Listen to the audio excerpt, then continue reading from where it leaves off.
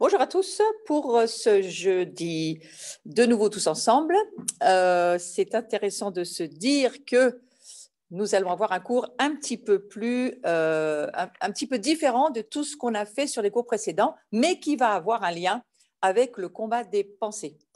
Je vous invite donc à vous installer confortablement dans votre siège à la maison et de prendre papier-crayon parce que nous allons voir ensemble comment l'ennemi et parfois nous-mêmes, nous sommes empêchés de penser correctement par le fait et à cause du fait que nous avons dans nos pensées des forteresses qui pourraient bien être des obstacles sérieux et majeurs et qui vont nous empêcher d'entrer dans les nouvelles choses de la nouvelle saison dans laquelle nous sommes déjà, n'est-ce pas ?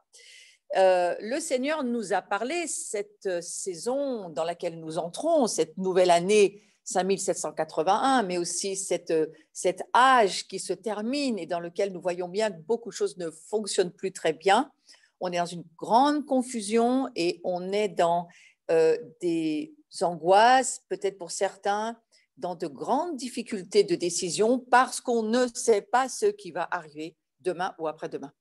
Et de ce fait, nos anciennes façons de penser doivent absolument être laissées dans le passé. Il nous faut avoir une pensée saine, et la Bible nous le dit, hein, nous avons la pensée de Christ, nous avons une pensée saine, et nous avons la parole de Dieu qui nous aide à penser correctement.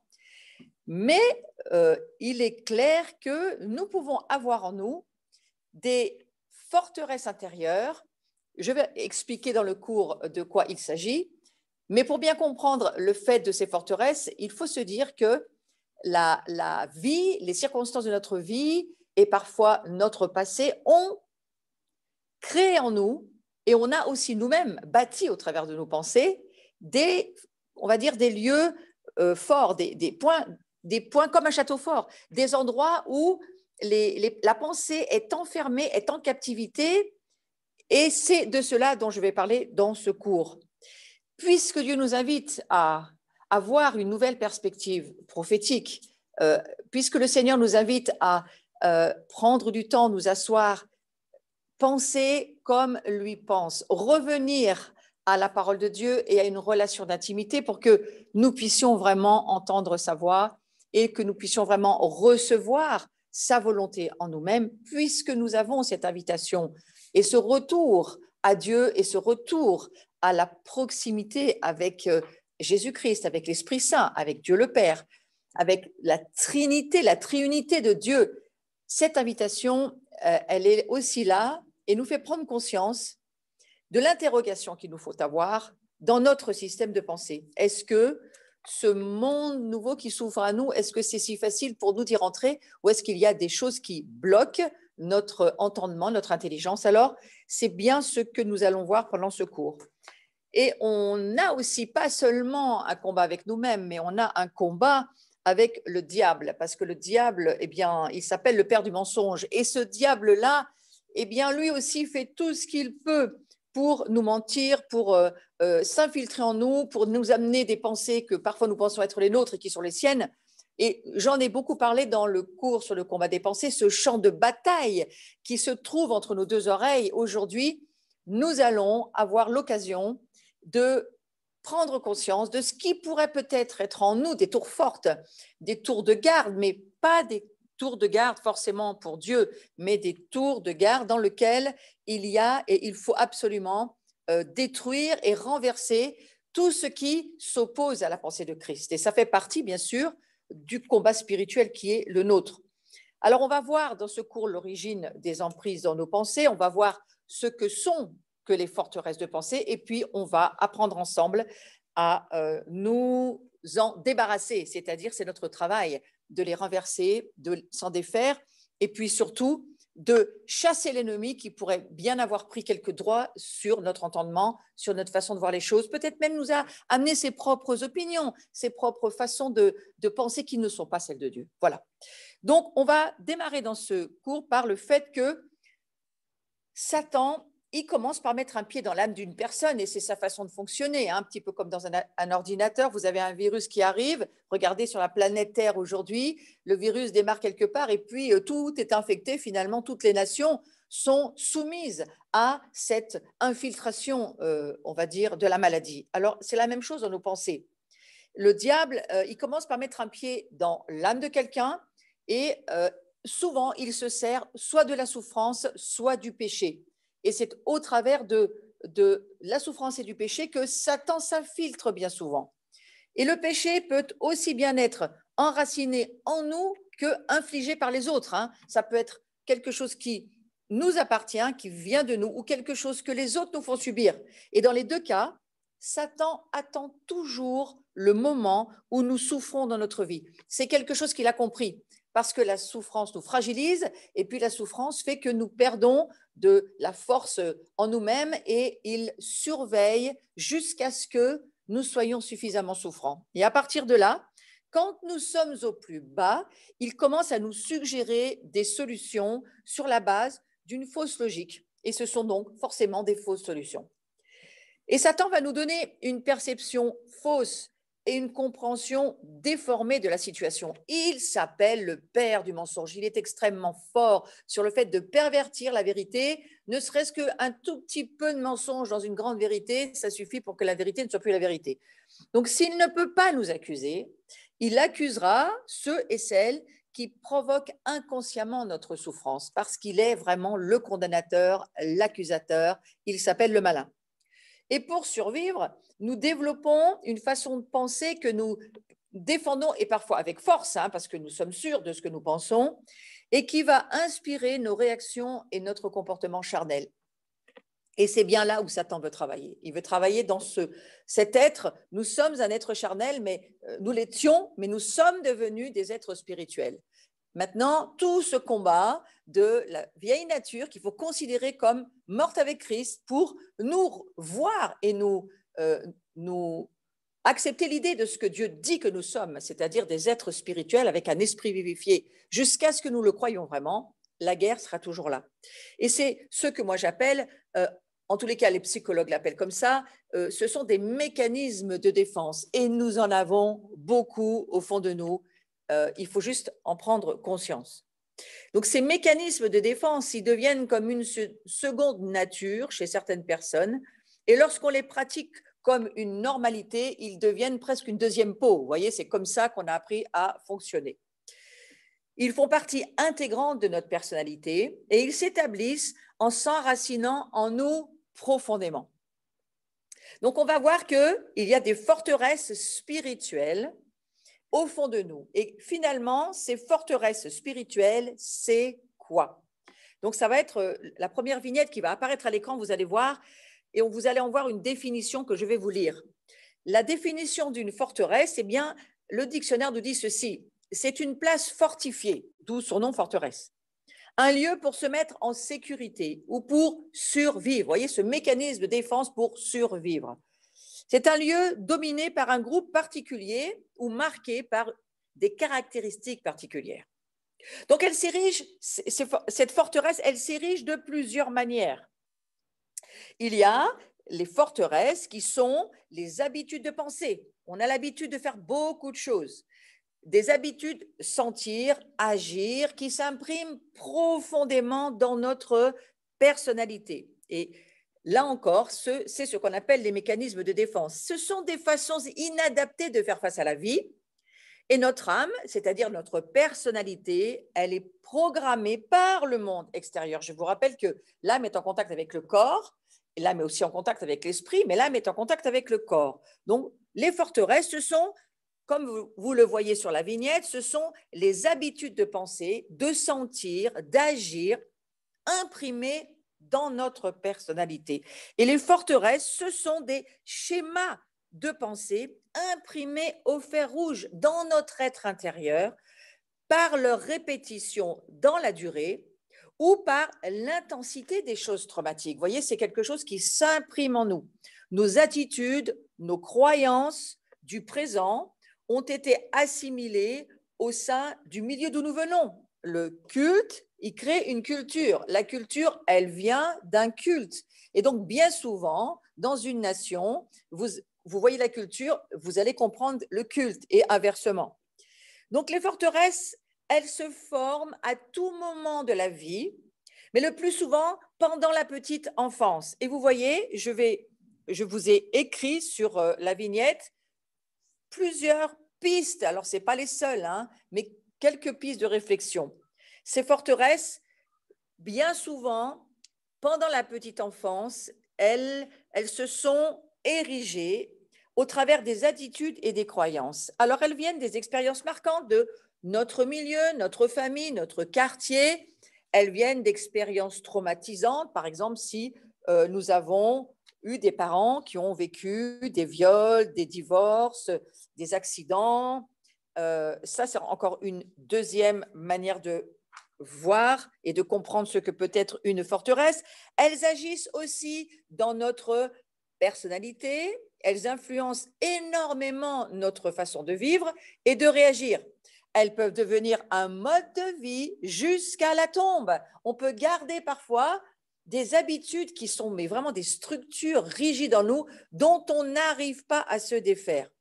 Elles peuvent devenir aussi avec une telle force d'influence dans notre vie qu'elles vont mais influencer toute notre façon de vivre et toute notre façon de réagir. Donc, vous voyez, on peut revoir ensemble sur la vignette des expériences marquantes et je vous demanderai juste de réfléchir à votre vie. Si deux, trois choses apparaissent dans votre propre vie, prenez des notes parce que ça sera l'occasion de prier à la fin de ce cours.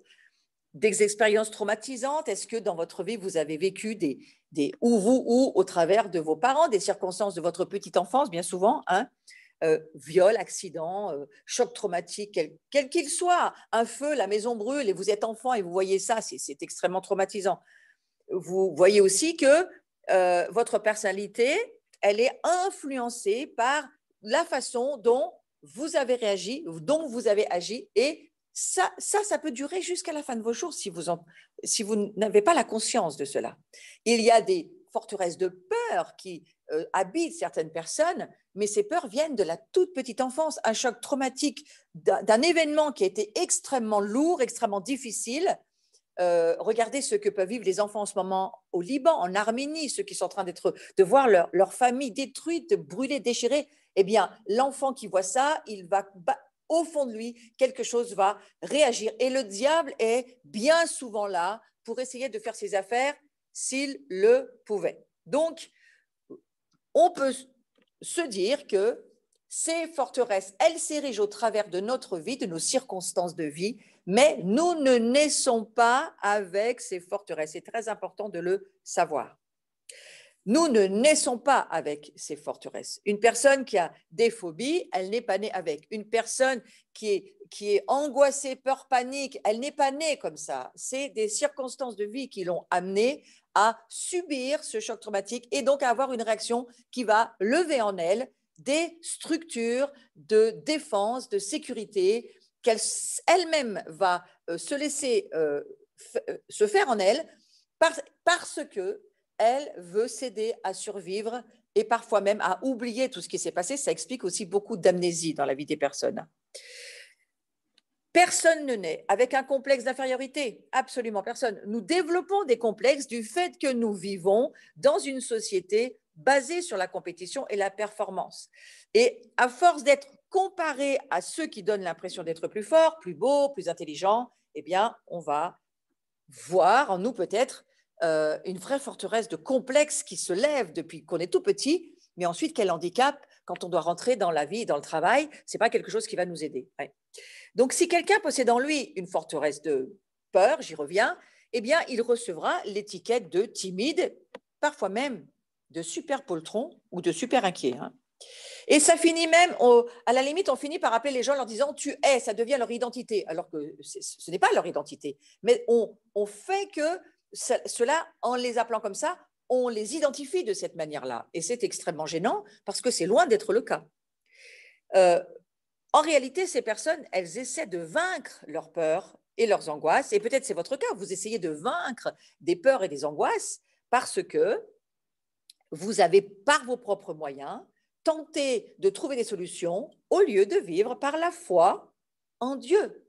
Et dans cette saison, avec tout ce qui se lève en termes de peur, d'anxiété, d'angoisse, cette atmosphère anxiogène qu'il y a partout, cette mort qui rôde dans les rues, partout, dans les magasins, on se lève au fond de nous tout ce qui n'a pas été traité par le Seigneur. Donc c'est une bonne période pour s'occuper des forteresses de pensée, voyez-vous, parce que ça, au moins ça aura servi à ça, c'est à trouver une liberté intérieure que nous n'avons pas, peut-être pas en tous les cas pour certaines personnes, pour le moment.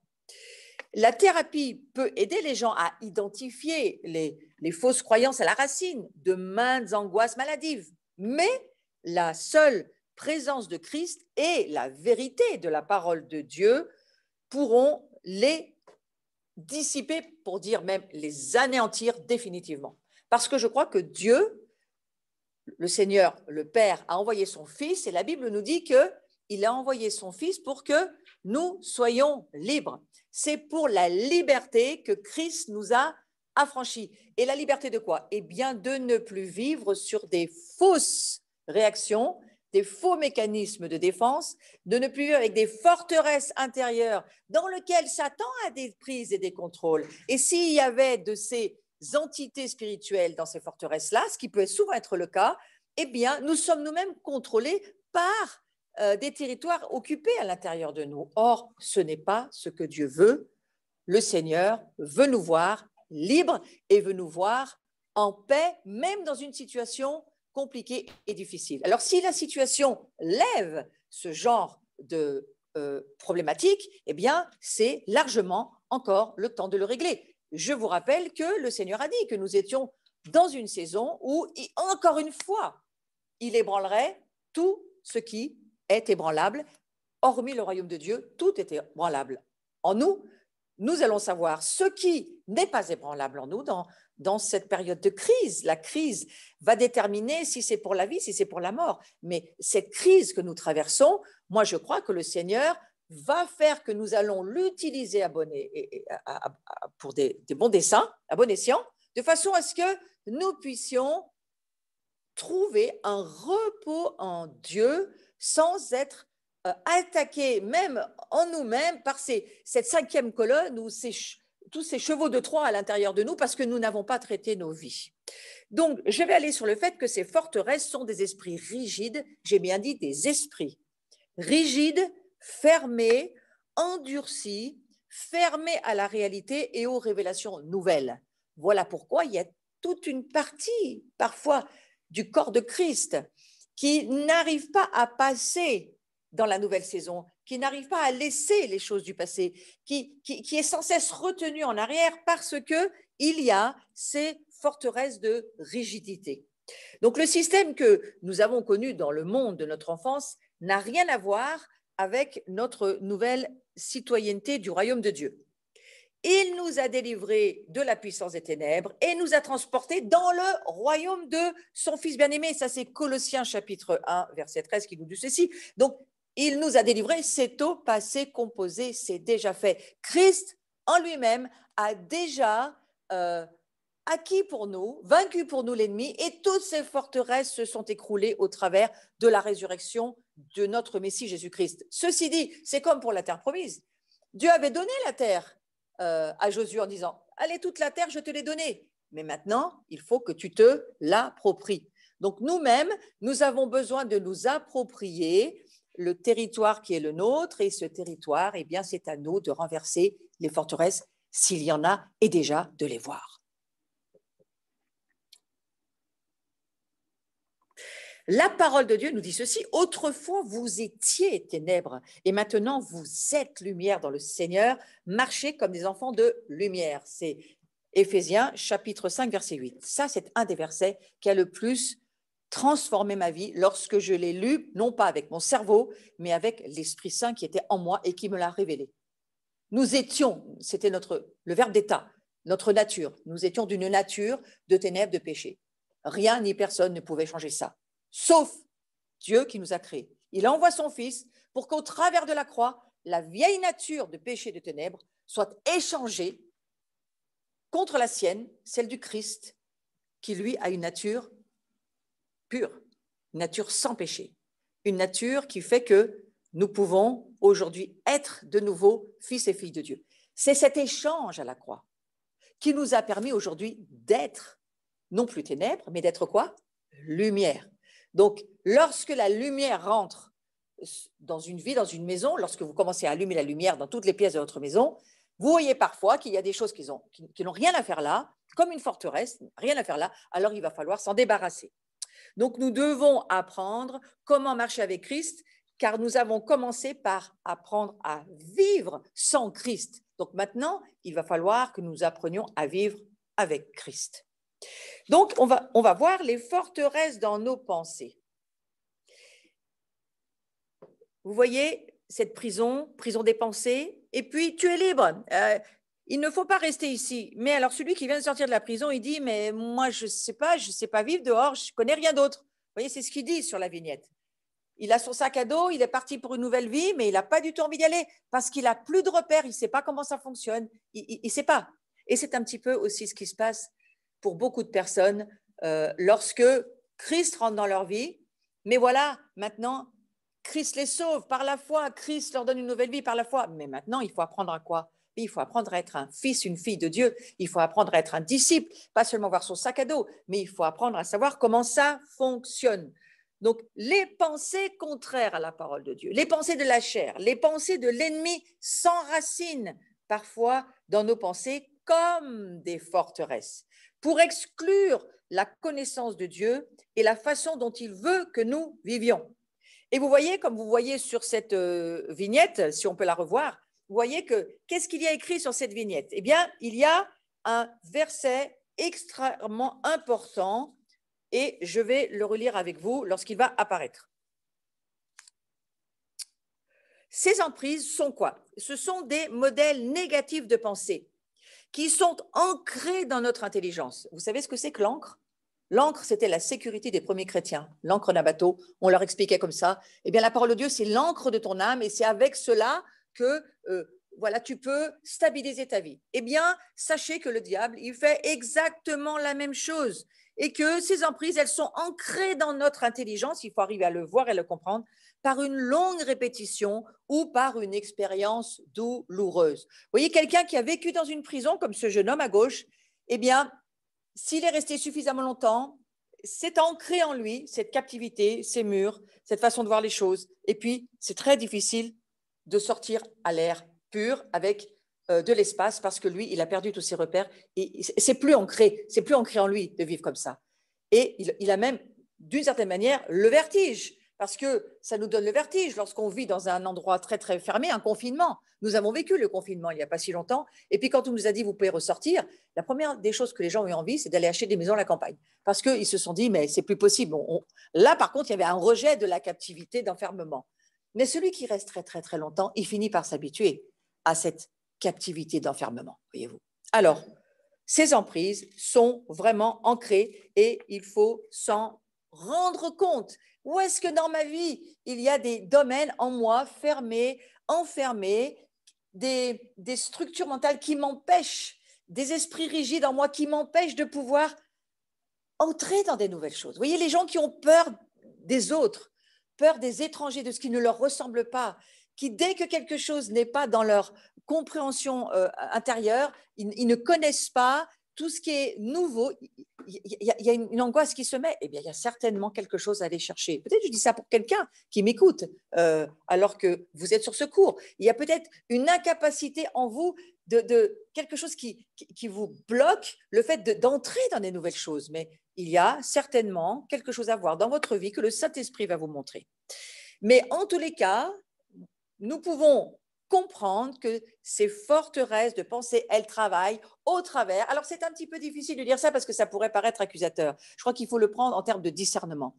Mais ce genre de forteresse, elle s'installe parce que c'est le travail de l'ennemi en nous et en tous les cas de l'être humain aussi qui n'est pas aligné à ce que Dieu lui demande, qui n'est pas aligné à ce que la parole de Dieu lui demande. Et parfois, il ne le sait même pas qu'il n'est pas lié, parce qu'il ne connaît même pas la parole de Dieu. L'ignorance tient beaucoup de gens dans ce que moi j'appellerais le travail de la désobéissance.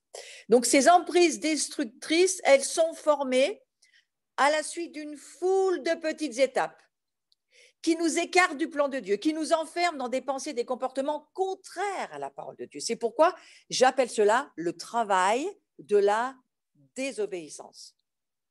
Le monde, la chair, le siècle présent, le légalisme, le diable, autant de facteurs qui nous influencent, qui nous conditionnent à nous conformer à eux. Vous savez, Romains, alors laissez-moi bien la miette parce que je vais parler dessus. Romains chapitre 12, verset 2 nous dit, chapitre 12, verset 1 et 2, ne vous conformez pas au siècle présent.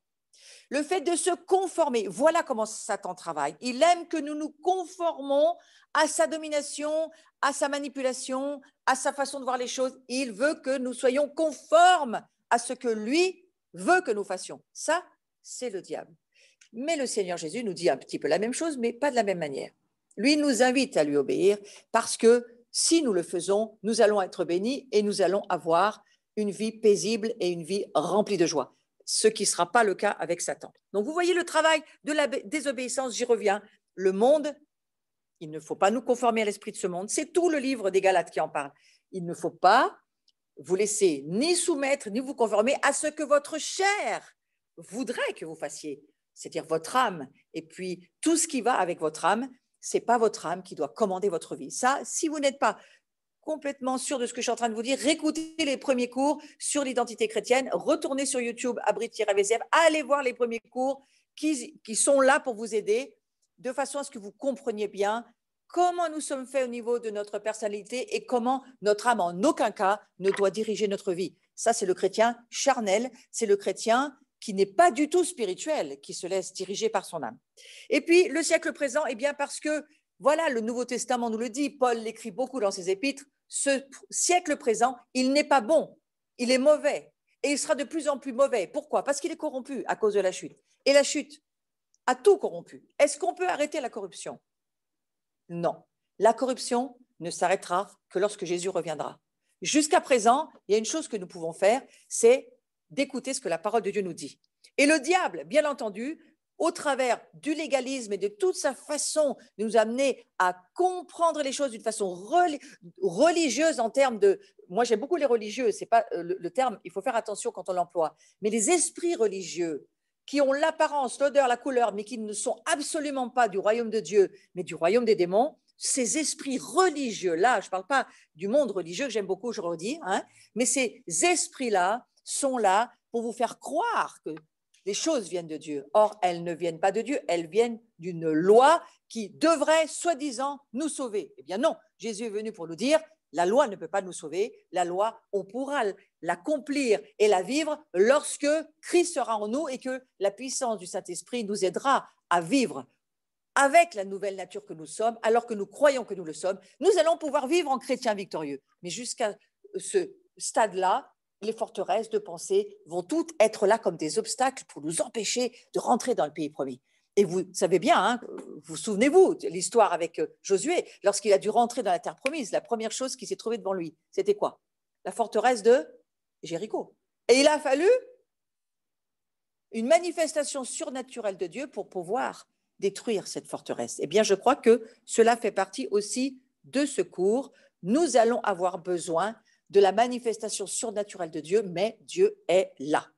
Donc, nous sommes nés, je le redis, spirituellement morts. C'est ce que j'étais en train de vous expliquer. Nous sommes nés spirituellement morts dans un monde hostile à Dieu. Et j'ai voulu mettre cette image pour que vous en soyez bien sûrs.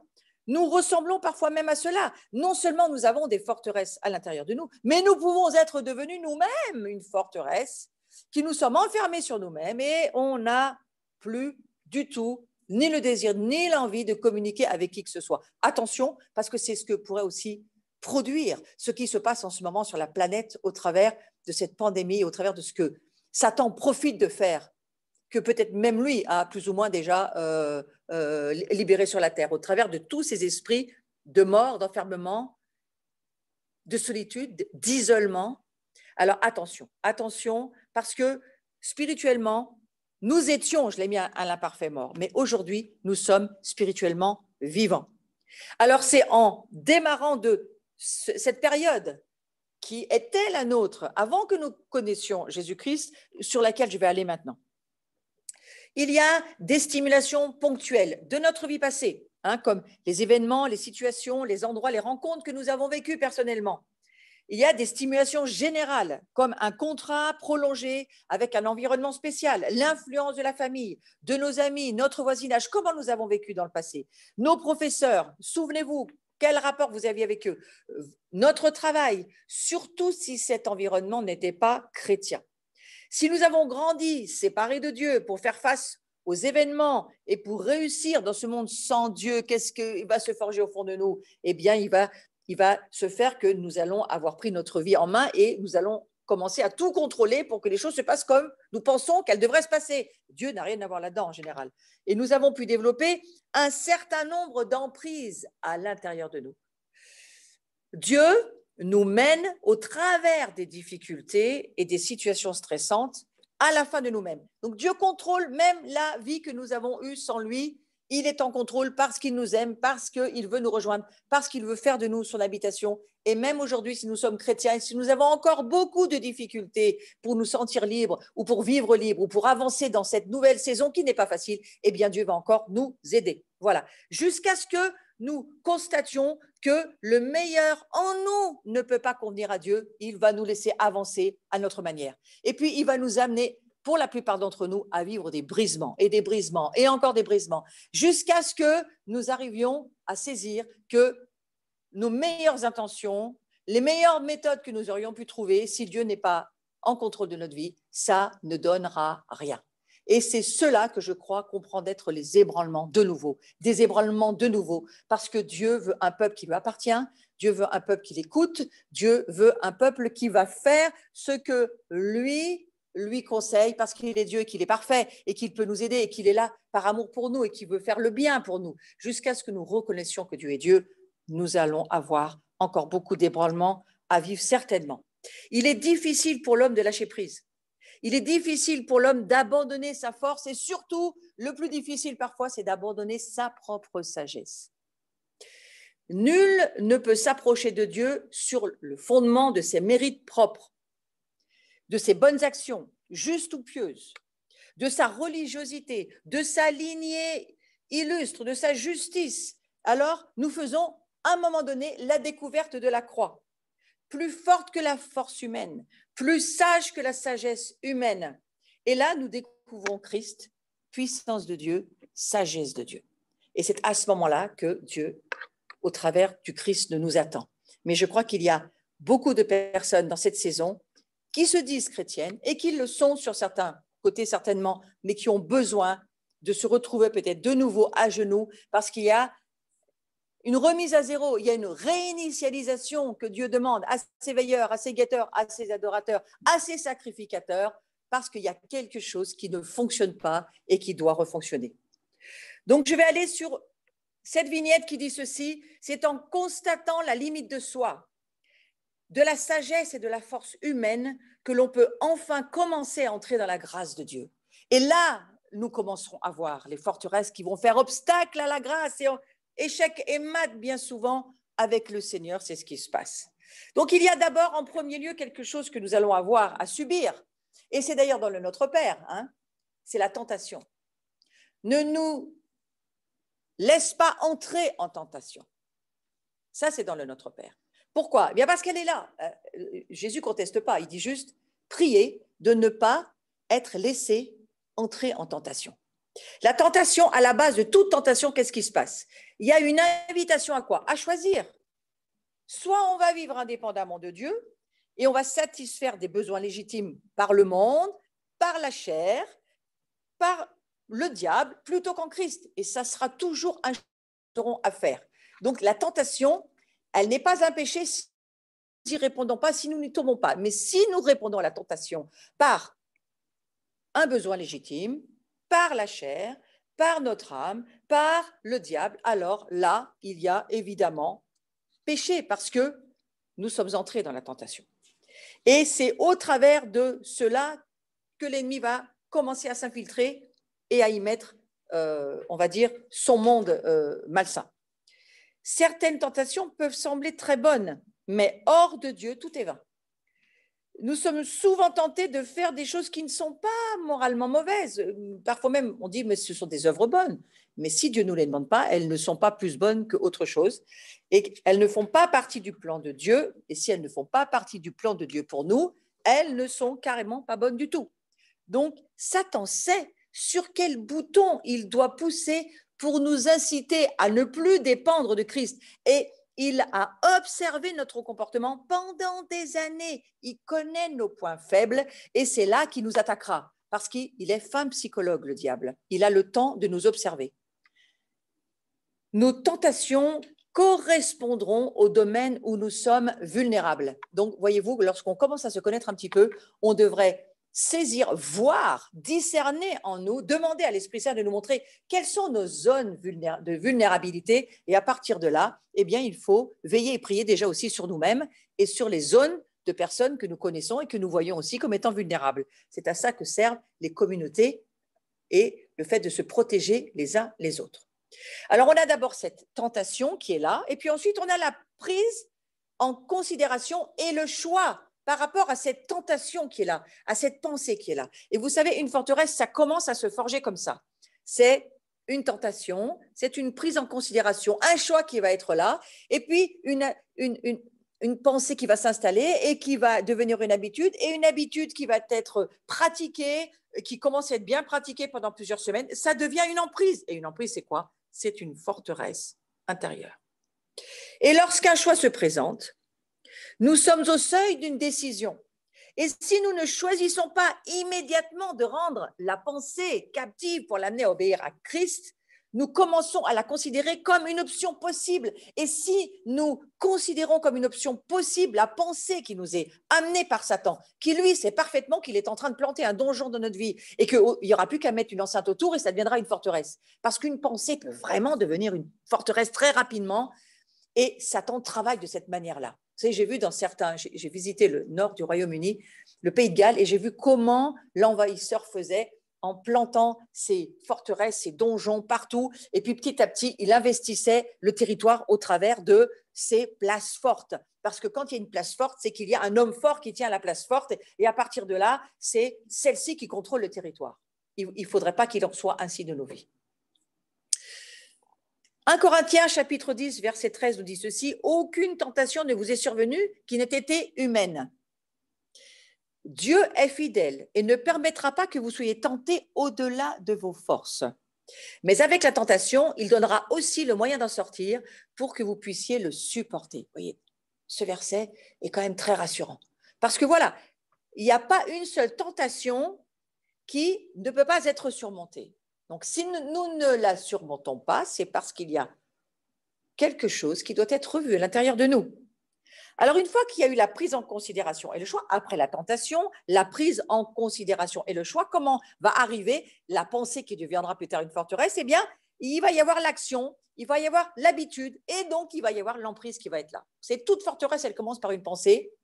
Et il vaut mieux ne pas laisser rentrer des pensées qui ne sont pas de Dieu. Vaut mieux ne pas laisser rentrer, prendre un choix d'une pensée qui n'est pas celle de Dieu parce que ça peut vraiment devenir des places fortes. Alors, il y a un choix tentant qui n'est pas rendu captif par Christ. Et ce choix tentant qui n'est pas rendu captif par Christ, dont on ne s'occupe pas, on n'y fait pas attention, eh bien, il conduit à une action. Et si l'action, elle se répète systématiquement, comme je l'ai dit tout à l'heure, eh bien, cette action, cette pensée qui va se refaire, oh, mais tu sais, tu peux faire telle chose, c'est pas très grave, allez, tu peux y aller, quel que soit le péché. Vous pouvez mettre le nom de n'importe lequel péché qui pourrait être pratiqué, ou que vous avez pratiqué, ou que peut-être vous pratiquez encore, voyez, eh bien, ça deviendra très vite une habitude. Et si une habitude est maintenue suffisamment longtemps, elle devient une emprise. Et voyez-vous, un enfant qui vit avec la peur tout petit pratique sa peur, il accueille sa peur, il laisse cette peur s'installer. Et aujourd'hui, comment voulez-vous vivre dans un monde, merci de me laisser la vignette parce que je vais lire la dernière partie, eh bien, savez-vous quoi? Eh bien, l'enfant va avoir une forteresse, un carcassonne de peur dans sa vie. Et ça va être très compliqué pour lui de pouvoir avoir une vie de liberté. Et je vais finir avec cette dernière pensée, notre capacité de choisir, tout en bas de la vignette, notre capacité de choisir et d'agir, arriver à ce point eh bien, c'est pratiquement nul. On ne peut plus s'en sortir. Arrivé là, arrivé au fait que on a laissé rentrer cette pensée, on l'a pratiquée, elle est devenue une habitude, qui est devenue une emprise, eh bien, vous savez quoi? Votre capacité de choix est nulle parce que c'est l'emprise qui va choisir pour vous.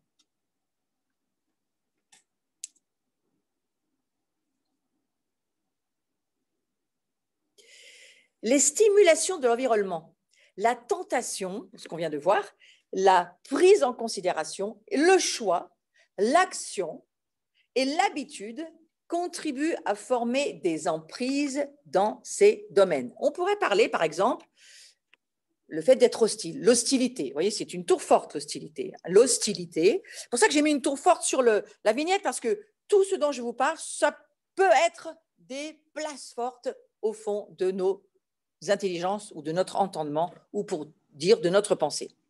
L'infériorité, ça peut être une place forte depuis toujours, qui a tellement fait partie de notre vie. La manipulation, vous avez des gens, tout leur fonctionnement de vie, c'est de manipuler les autres. Et c'est devenu un homme fort chez eux, c'est-à-dire une forteresse.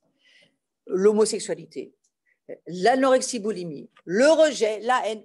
Vous pouvez faire le tour de toute la panoplie des péchés de l'humanité et vous verrez que la plupart d'entre elles, toute cette panoplie, ces panoplies-là, eh bien, ce sont véritablement des forteresses, des emprises sur les êtres humains.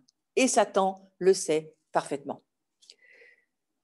Toute réaction automatique qui dirige nos pensées et nos actes vers un plan contraire à celui de Dieu est une emprise ou, on va dire, une forteresse sur nos pensées. Je vous redis. Toute réaction automatique, c'est automatique. Vous avez la chose qui se présente automatiquement. Vous allez diriger vos pensées et vos actions vers ce plan-là, qui ne sera pas le plan de Dieu, qui sera contraire à ce que Dieu vous demande de vivre. Eh bien, ça s'appelle une emprise. Et vous savez, une emprise, souvent, on peut la discerner par le fait que c'est plus fort que moi, je ne peux pas m'empêcher de le faire. Ça, c'est la marque d'une emprise. Tout ce qui est plus fort que nous, eh bien, marque que quelque part, il y a un homme fort en nous, dans le château fort, qui est peut-être quelque part dans notre vie, en train de contrôler votre vie. Toutes les pensées et les actions que nous ne pouvons pas maîtriser proviennent d'une emprise. Alors, comment on va gagner la bataille? On va voir ça ensemble, parce que ce qui va désarmer les mensonges de Satan, eh bien, c'est la vérité. C'est la vérité de la parole de Dieu qui nous rend libres. C'est la puissance de la parole de Dieu. C'est la puissance de cette parole qui est une épée à double tranchant, qui tranche entre la vérité et les mensonges, entre tout ce qui doit être séparé du côté du royaume de Dieu ou du côté du royaume des ténèbres.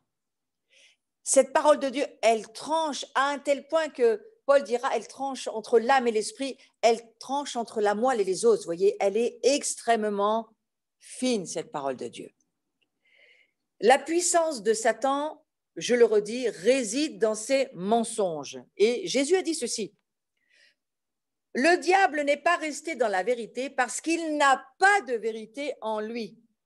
Et lorsqu'il ment, il parle de son propre fond, puisqu'il est menteur, il est lui-même le père du mensonge.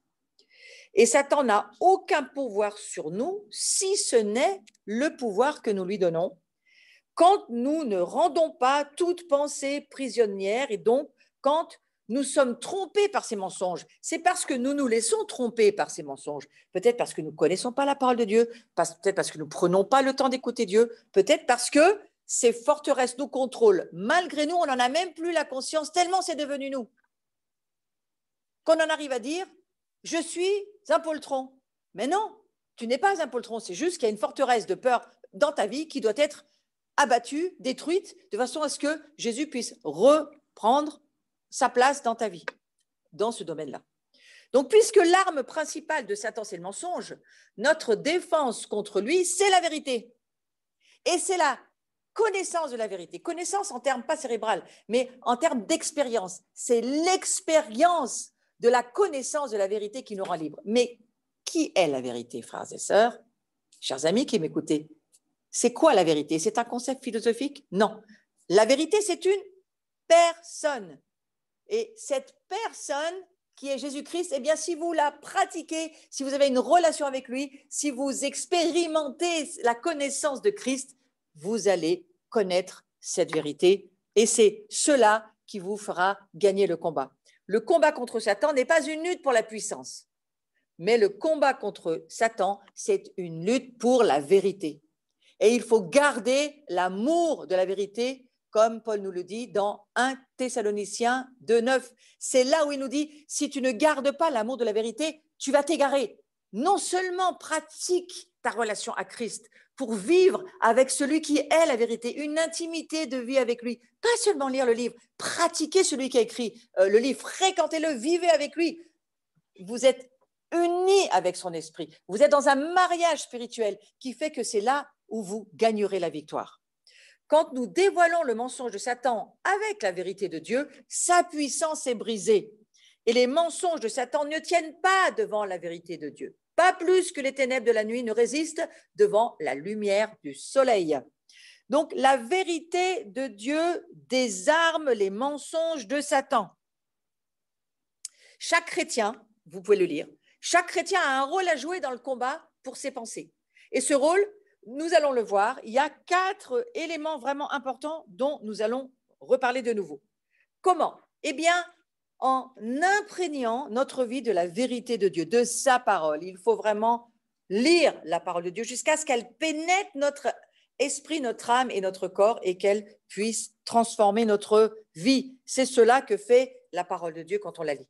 En continuant à stocker la vérité de Dieu dans nos pensées. Vous savez, vous êtes un gros disque dur et vous pouvez stocker un tas de choses. Parce que même si votre âme pense qu'elle ne se rappelle pas, l'esprit, lui, il vous rappellera tout ce que vous avez stocké dans votre logiciel. Donc, votre disque dur, il n'a pas de largeur, de hauteur, de profondeur. Il est capable de, à la mesure de ce que vous souhaitez, eh bien, il peut intégrer toutes les données que vous voulez bien y mettre. Et alors, nous serons équipés pour reconnaître les mensonges du diable et pour les rendre prisonniers, parce que pour connaître les mensonges, il faut connaître la vérité. Hein. Si on ne connaît pas la vérité, on ne peut pas savoir que c'est un mensonge. D'où l'importance de, je le redis, lire la parole de Dieu, la mémoriser, la méditer, nous en imprégner, mais pas seulement la parole de Dieu, mais aussi de prendre du temps pour pratiquer la présence de Dieu, pratiquer la présence de Dieu dans l'adoration. C'est dans l'adoration, alors que nous unissons nos esprits avec l'Esprit de Christ, c'est là que nous communions avec Christ, c'est là que nous sommes unis à lui.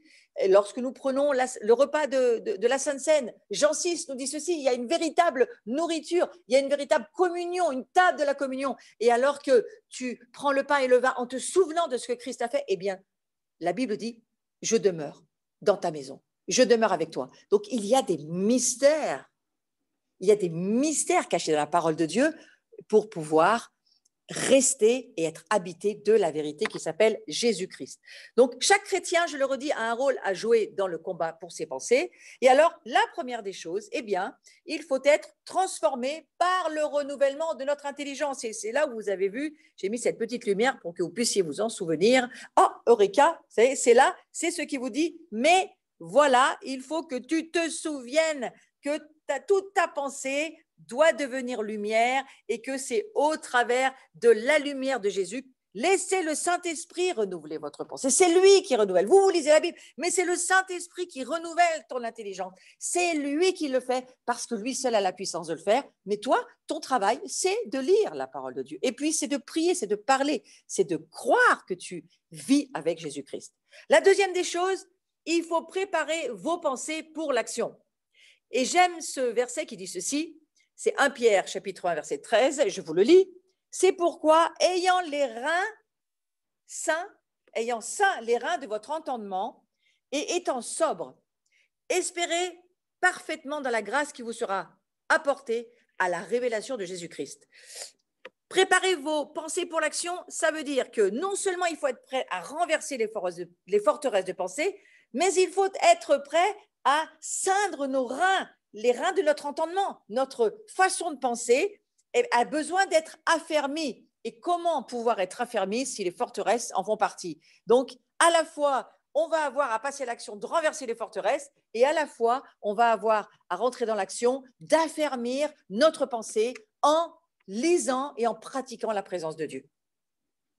Cela veut dire qu'il ne suffit pas de nous imaginer que nous mettons la vérité en pratique dans notre vie, mais nous devons activement obéir à la vérité. Il faut lui obéir, pas seulement le savoir et le lire. Ensuite, une fois que nous travaillons à être transformés dans notre intelligence, nous travaillons à réorienter nos pensées, nous travaillons à recevoir de la lumière, une fois que nous continuons à travailler, à préparer nos pensées en étant dans l'affermissement du travail de penser comme Dieu pense, eh bien, nous allons avoir une troisième chose à faire, et c'est toujours le travail du chrétien. Ce n'est pas Dieu qui va le faire pour vous, hein, eh bien, c'est de rendre toute pensée prisonnière pour l'amener à obéir à Christ. Et il faut que nous nous tournions dans la prière, parce que c'est bien là où nous avons véritablement la victoire. Restez connectés, Dieu désire vous parler. Si vous déconnectez, Dieu ne peut pas vous parler, et il ne viendra pas vous chercher par la force. Il attend que vous désiriez ce que lui désire. Et ce que lui désire, eh bien, c'est d'être connecté avec vous. Et vous savez, aujourd'hui, eh bien, ça nous parle, hein, parce qu'en plus, on est pour la plupart de plus en plus reconfinés. Donc, ça veut dire que ce n'est pas parce qu'on est confiné, déconfiné. Nous, il faut rester connecté. Et ça, c'est possible tout le temps. Voilà. Donc, capturez chaque pensée négative. Dès qu'elle arrive au seuil de vos pensées, capturez ces pensées avant qu'elles ne viennent s'installer et faire des forteresses. Donc, moi, je vous parle pour ce qui sera de l'avenir, et puis ce qui sera du passé, nous allons le prier à la fin de ce cours. Mais si, de nouveau, des pensées nocives, négatives, toxiques revenaient, il faut les capturer avant qu'elles entrent, qu'elles atterrissent dans vos pensées. Revenez aux 2 cours précédents où je vous expliquais comment nous faisions véritablement ce combat des pensées. Il faut évaluer chaque pensée en fonction de la vérité. Donc, il faut vraiment évaluer. Il faut ne laisser aucune place au mensonge. Ça, c'est notre travail. Et il ne faut pas oublier la stratégie de Satan qui consiste à introduire ses pensées, ses idées dans nos pensées. Et il nous trompe parce que, vous voulez que je vous dise, il nous fait croire que c'est les nôtres. Quand j'entends des gens dire « Ah, mais je suis vraiment trop nulle ». Moi, je crois que c'est le diable qui parle, mais la personne pense que c'est elle. Mais jamais un fils ou une fille de Dieu peut penser qu'il est nul, vu que c'est Christ en lui, Christ ne peut pas être nul. Donc, attention à toute cette façon de penser, de parler. Cette année, c'est une année importante. Il faut parler juste, il faut penser juste, il faut prier juste, parce que c'est l'accomplissement de beaucoup de choses dans cette année 2020. Et ensuite, bien sûr, donc il faut se tourner vers Dieu dans la prière, on l'a vu, et il faut désirer ce que Dieu désire. Alors, on a parfois, laissez-moi sur cette vignette, c'est parfait, changez vos pensées, vous changerez de vie. C'est magnifique. Changez vos pensées. Eh bien, c'est ce que nous sommes en train de dire dans ce cours. Et pour ne plus avoir de forteresse, il faut penser comme Dieu pense et changer toutes les pensées qui sont devenues des forteresses dans notre vie.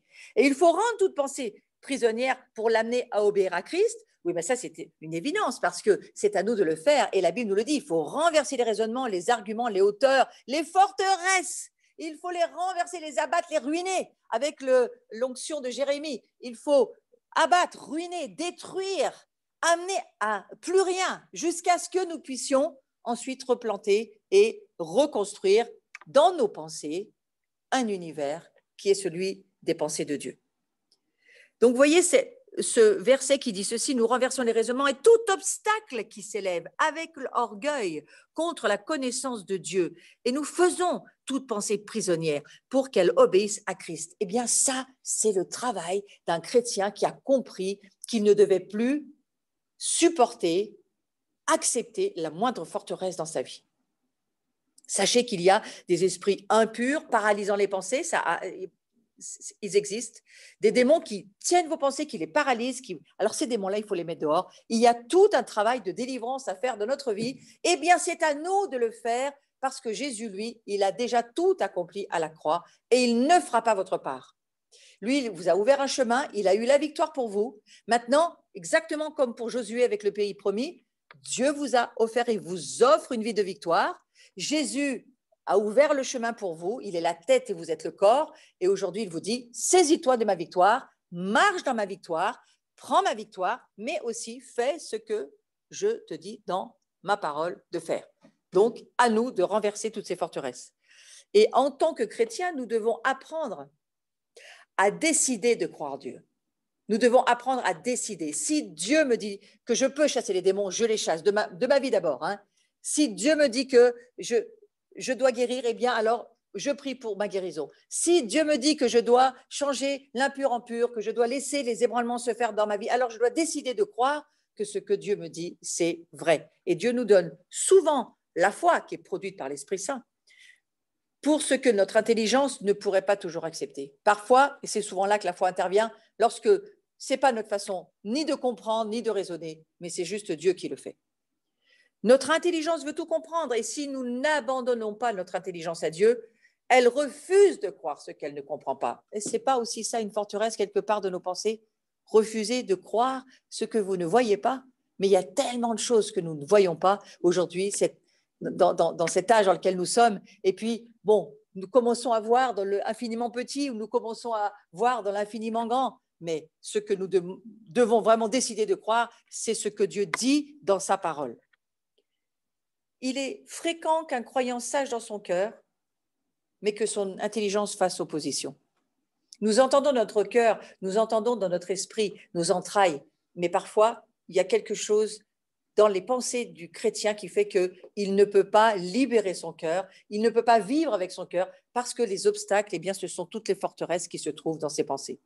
Donc, décidons de croire ce que dit la parole de Dieu et les rémas que Dieu nous donne. Croyez dans les rémas, croyez dans la prophétie que Dieu vous donne, croyez dans ce que Dieu vous dit et avancez en entendant ce que Dieu vous dit, parce que c'est au travers de cela que vous allez trouver la vraie vie. Attention, le combat peut dépasser cette décision. Hein. Nous pouvons être liés par des esprits, je le redis, qui paralysent notre pensée et qui nous empêchent de croire. Et en cela, nous devons prendre autorité sur eux dans notre propre intelligence et leur interdire d'agir au nom de Jésus-Christ, parce que c'est bien le nom de Jésus-Christ au travers duquel nous avons la victoire. Et puis, une dernière chose que le croyant doit faire. Une fois qu'il a fait tout ce processus au travers de sa pensée, une fois que la pensée a été capturée, une fois qu'on y renonce, une fois qu'on a compris tout le processus, la tentation pour ne pas y tomber. Ensuite, il faut faire attention parce qu'il faut considérer, il faut faire des choix, c'est important. Et ensuite, il va falloir se battre. Eh bien, la dernière des choses, il va falloir résister. Et je vais terminer avec ça, mon cours, en disant, il faut résister au diable. Et résister au diable, c'est résister à ces forteresses qu'il a peut-être mis en nous, mais que si aujourd'hui nous discernons que ces forteresses ne sont pas du royaume de Dieu, eh bien, il faut y résister et y résister très fort. Il faut résister jusqu'à ce que, si c'est le cas, je vous encourage à le faire et de prier au nom de Jésus. Par la puissance de son sang, élevez-vous contre ces esprits qui paralysent vos pensées. Il y a parfois des esprits de perte de mémoire qui peuvent être dans notre pensée. Il y a des esprits de rappel à la mémoire, des mauvaises choses tout le temps qui reviennent. L'amertume produit beaucoup ces esprits de rappel, des mauvaises choses à notre mémoire. Tout ce monde invisible-là, Jésus est mort pour nous dire dans Éphésiens 6, je vous ai donné une armure défensive pour la plupart, hein, le casque, le bouclier, les chaussures, la cuirasse, tout ça c'est défensif. Mais il y a une arme qui est très offensive, c'est la parole de Dieu, c'est l'épée de l'esprit. Alors il faut prendre la parole de Dieu et il faut commencer à détruire et à résister contre tous ces mensonges de l'ennemi. Et rien ne sert de résister si nous ne sommes pas soumis à Dieu. Donc une des premières choses, c'est de pratiquer la présence de Dieu, lire la Bible, et ensuite, alors que nous pratiquons, nous nous soumettons à Dieu, nous comprenons ce que Dieu nous demande, eh bien, c'est de résister au diable en obéissant à ce que Dieu nous dit dans sa parole. Et priez autant de fois qu'il vous sera nécessaire de le faire, mais priez sur votre vie, priez sur vos pensées, priez sur votre âme, priez sur votre corps, parce que c'est à vous de le faire et à personne d'autre. Et élevez le bouclier de la foi et souvenez-vous que c'est Jacques qui le dit et qui nous apprend que nous pouvons demander à Dieu la sagesse dans l'épreuve. Il nous la donnera et il nous montrera comment être libre et comment prier. Et je vais terminer ce cours en allant sur certaines forteresses. Je vais vous les nommer, je vais prier sur elles dans votre propre vie et puis si vous avez besoin de le reprendre, refaites-le autant de fois que cela sera nécessaire pour vous.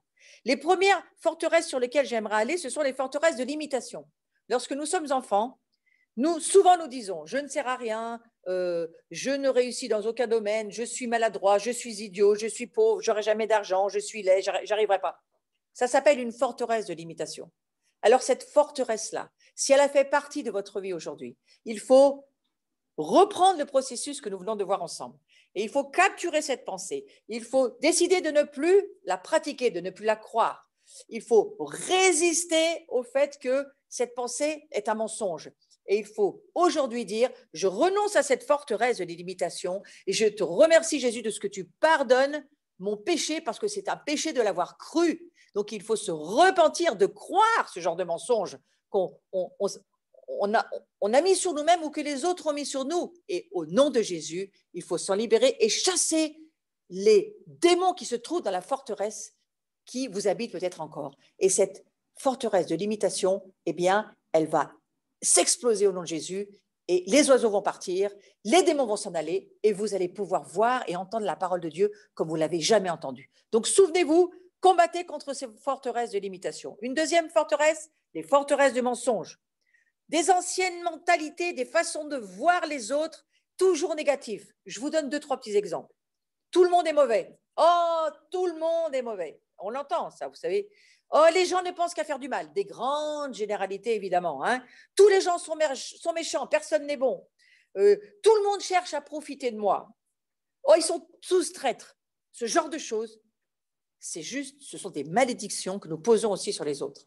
Et je crois que ces forteresses de mensonges, de la même manière, il faut avoir une prise de considération, un choix de dire je ne veux pas tomber dans cette tentation de penser comme ça, je refuse cette tentation de recroire à ces mensonges, je considère et je prends en compte ce que Dieu me dit dans sa parole, ce n'est pas ce que Dieu dit de l'humanité ni de son peuple, il a envoyé Jésus qui est mort pour que le monde justement puisse être sauvé, alors soyons plutôt une parole de bénédiction que de malédiction et à partir de là, détruisez cette forteresse qui vous habite et qui vous envoie à longueur de journée des pensées toxiques, des pensées négatives sur les autres et qui font que vous n'aurez jamais une bonne communion avec les autres. Et vous ne pourrez jamais vous intégrer dans un corps, une équipe, dans une communion avec les saints, parce que là, Satan a fait obstacle. Alors souvenez-vous, cette forteresse de mensonges, nous la détruisons au nom de Jésus, nous chassons tous les démons, l'homme fort qui pourrait habiter dans peut-être ta vie, si c'est ton cas, et si tu la vois chez quelqu'un d'autre, ne fais rien, mais simplement dis-lui juste, je ne crois pas à ces mensonges-là et je ne les pratique pas. Et c'est une façon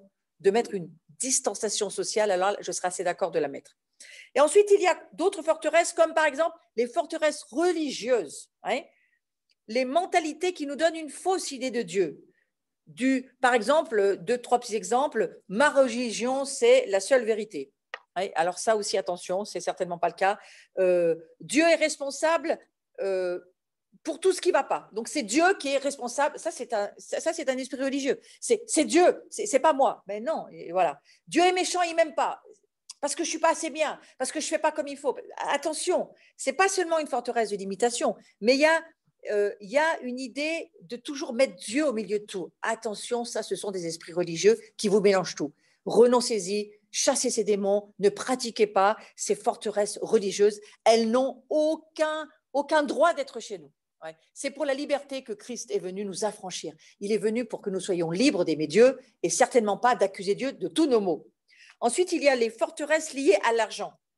Oh, il y a des gens qui vous disent oh, mais l'argent c'est mauvais, il faut jamais y toucher.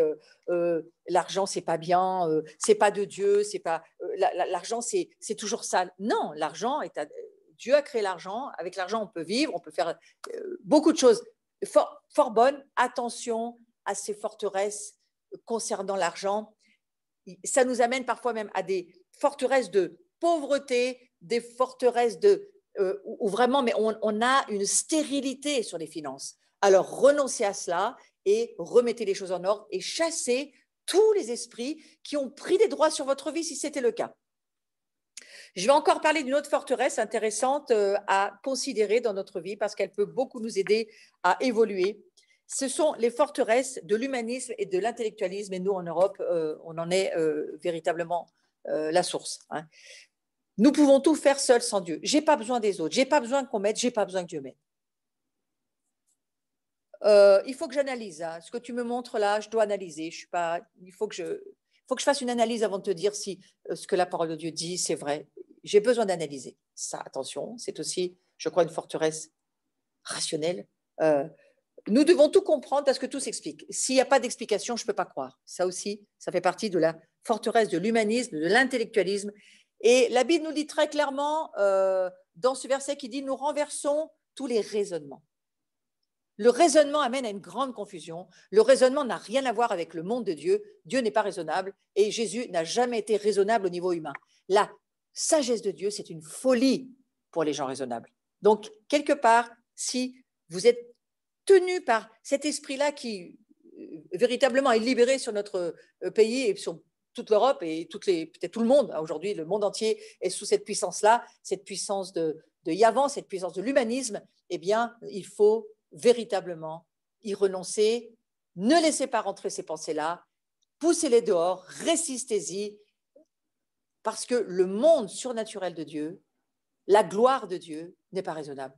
Et la présence de Dieu, c'est une gloire qui veut vivre en nous, et cette gloire ne peut pas s'enfermer dans des forteresses de rigidité et dans des forteresses, dans des murs, dans des prisons. C'est pas comme ça que Dieu veut vivre. Il a choisi des soukas, on vient de sortir de la fête des cabanes, il a choisi des habitations fragiles, des habitations où lui, eh bien, il veut venir habiter, mais certainement pas s'enfermer dans des forteresses. Voilà.